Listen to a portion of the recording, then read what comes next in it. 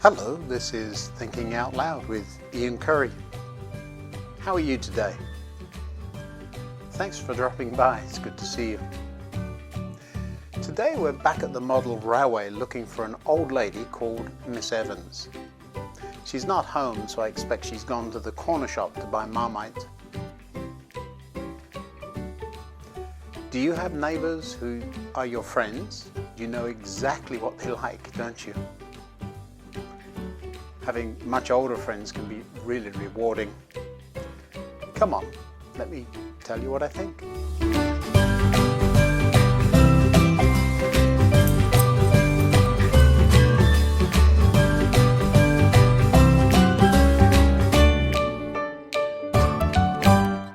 As an 11-year-old, I just started secondary school.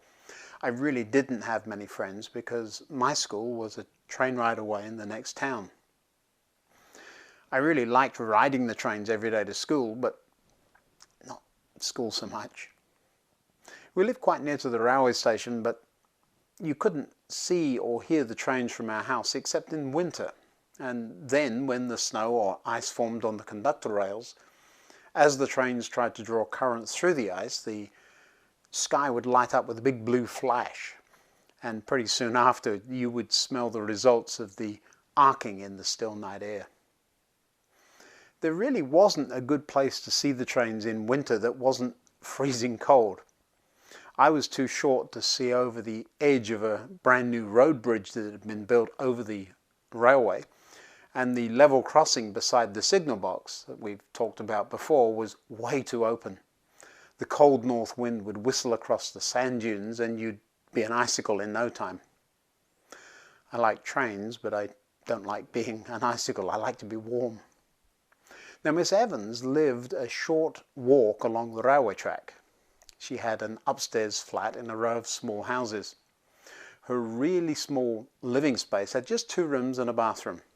Her kitchen table was positioned up against the window, and it was right beside a small stove. I have no idea whatsoever how we became friends, but we did. And we became really good friends. Miss Evans was ancient. She had retired from living and working in Morocco for most of her life and then moved to our town in what she described as her senior years. Let me describe her to you. Her first name was Lillian, and she said I could call her that, but I never did. She was always Miss Evans, and I think she liked that respect. She was always very well dressed, but she wore a style that you only ever see in old black and white movies. Her home was sparsely furnished, and there really wasn't much room for too much. But everything had its place, it was very tidy, and soon I got to know where the important things were. I wasn't particularly tall for an 11-year-old, but I towered over Miss Evans. And Evans suggests she might have been Welsh, but we never talked about that, and her accent placed her more in London. But it wasn't quite right somehow. Perhaps because she'd lived overseas for so long, I don't know. We always talked about now and the future, rarely the past. She spoke fluent French and Arabic and was appalled at my French accent.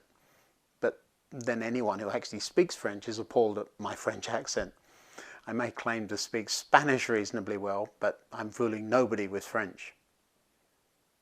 She was deaf, but totally okay with that. And she had a hearing aid device hung around her neck. And when I spoke, she'd pick it up and aim it in my direction. "Dear, I need to hear what you're saying. No point in having one of those newfangled things behind your ear. Your sound is coming from you, not from back there." So she was really quite a case. She said, "I can't understand people being self-conscious about it. Stuff and nonsense. And being old and deaf is just the way it is." I'm telling you, she was feisty.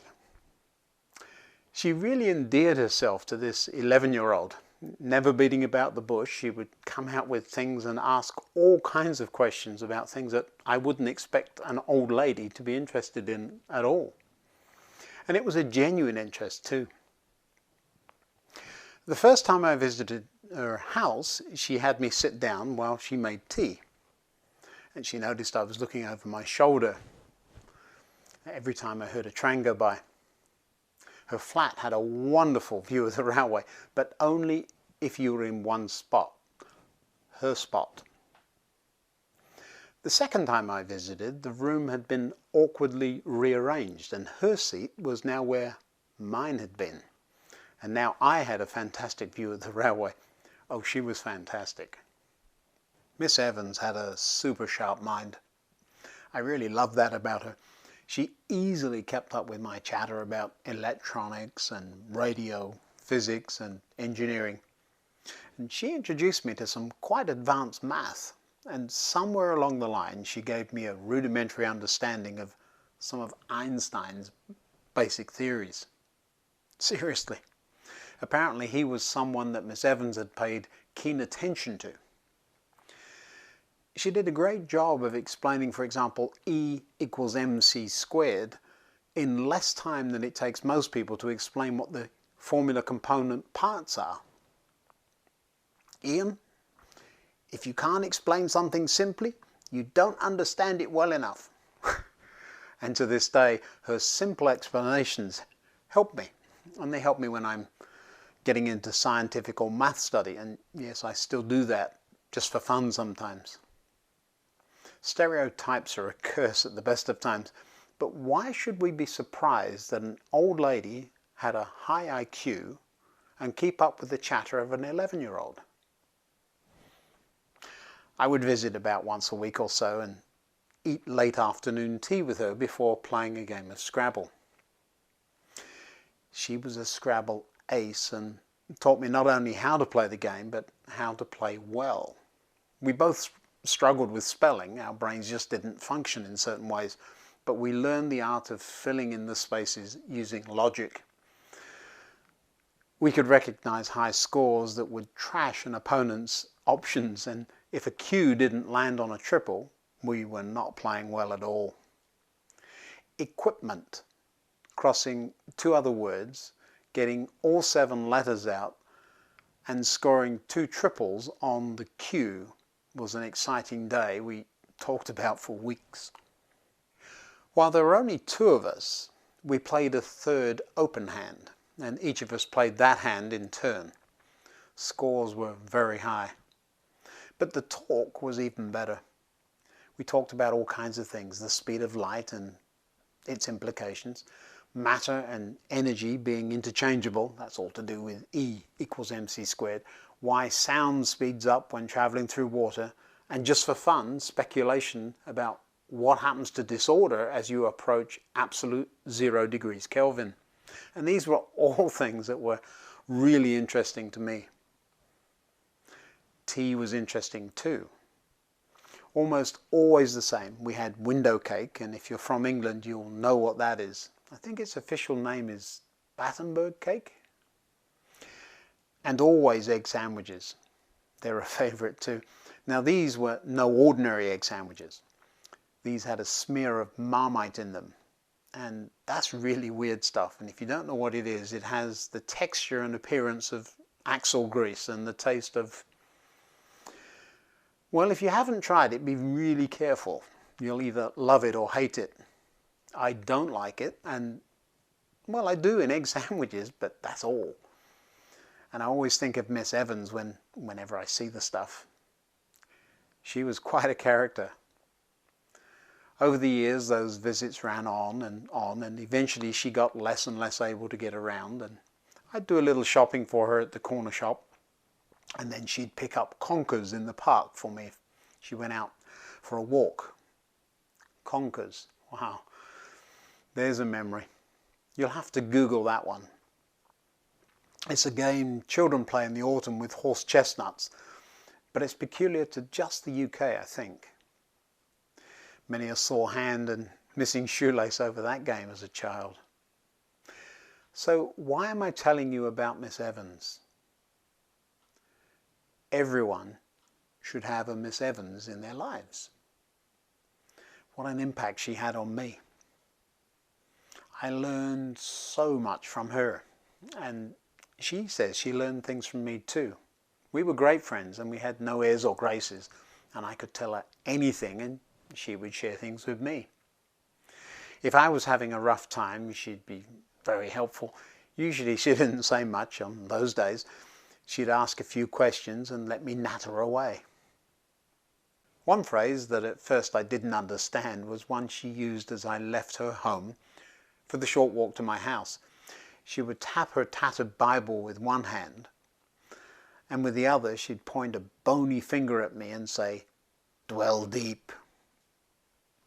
It was always a parting shot, and what she was talking about was me getting into the Bible and getting the Bible into me.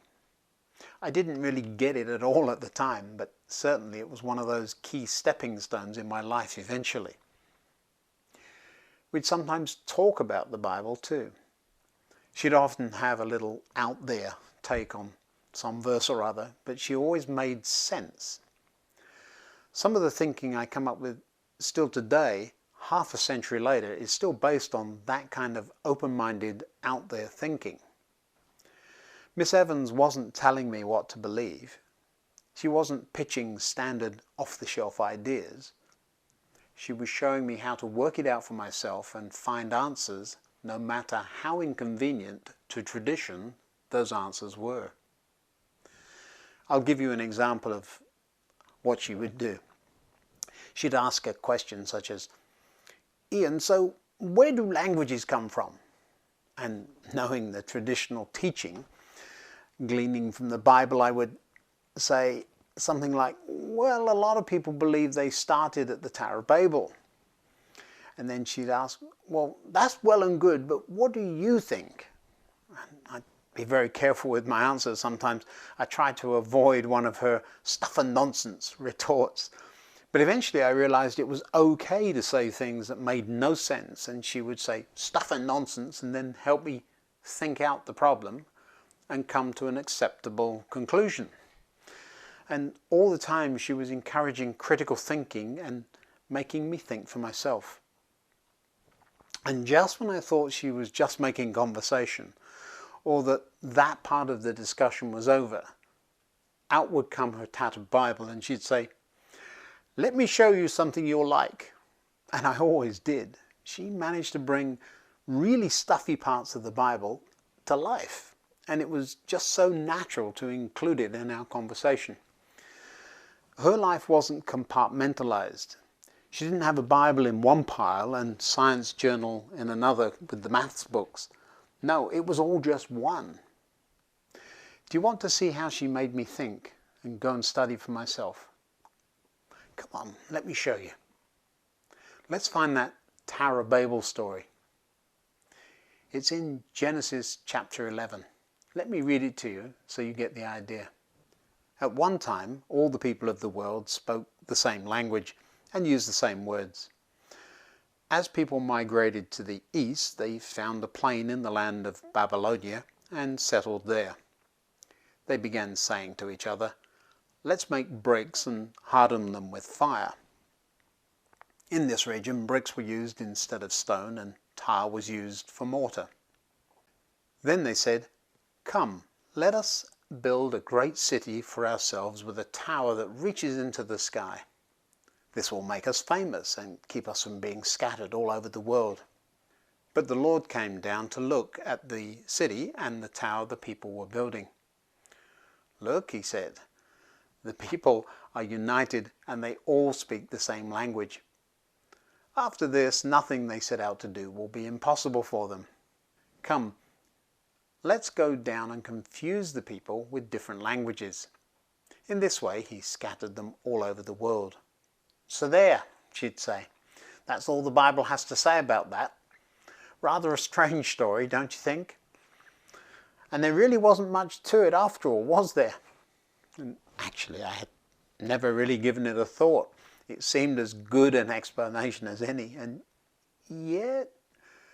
And the moment I showed the slightest curiosity or interest, she would go on with a twinkle in her eye. And she did it quite on purpose, I'm convinced. Her modus operandi was, well, it was that described in 1 Corinthians chapter 9. "So I run with purpose in every step. I'm not just shadowboxing. quite intentional. Now a smile will come to my face if I ever think of Miss Evans boxing. But, well, she packed a punch in her own way. "Well, let's look at that page back for me, will you?" And she'd push her precious Bible across the table at me.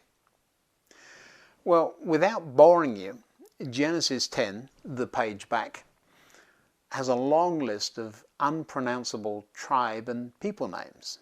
But also in there, hiding, at the end of every section, are verses that say, "These were the descendants, this is where they lived, and this is the language they spoke." Oh, so in the chapter before languages happened are languages. Oh, cool.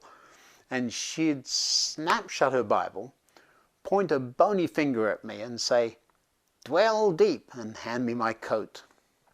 She knew eventually curiosity would get the better of me. She knew I'd go home and one day, if not right then, I'd be curious enough to go and find out why languages are on the page before Babel. And I'm not going to tell you the answer, not the answer I came up with, but I will give you a clue. It has to do with the nature and character of God, and that's something that takes a long time to learn. Miss Evans had a fantastic impact on my life, but that impact didn't really kick in for a long time, in fact long after she died. So here's the question for you today. Miss Evans invested in a young boy, showed interest in the things he was interested in, and once she'd done that, went on to pour herself into me, filling up my mind with things I'd only fully appreciate decades later. She knew, as sometimes she would say, "I'll be long gone by then," but she invested anyway. Who are you investing in? And who are you showing, sharing, and sowing seeds of curiosity with? Are you being open-minded enough to have a child teach you something? And across generations, who are you investing in? Are you intentional about making such friends? Do you have friends that are much older or younger than you? And can you make a combined score of over 600 playing Scrabble? Hilary and I often play, and usually I win, despite Hilary being a far better speller than me. But then Hilary didn't know Miss Evans. This has been another episode of Thinking Out Loud with Ian Currey. Let your friends know about these videos, and if you haven't done so already, subscribe. Until next time, dwell deep.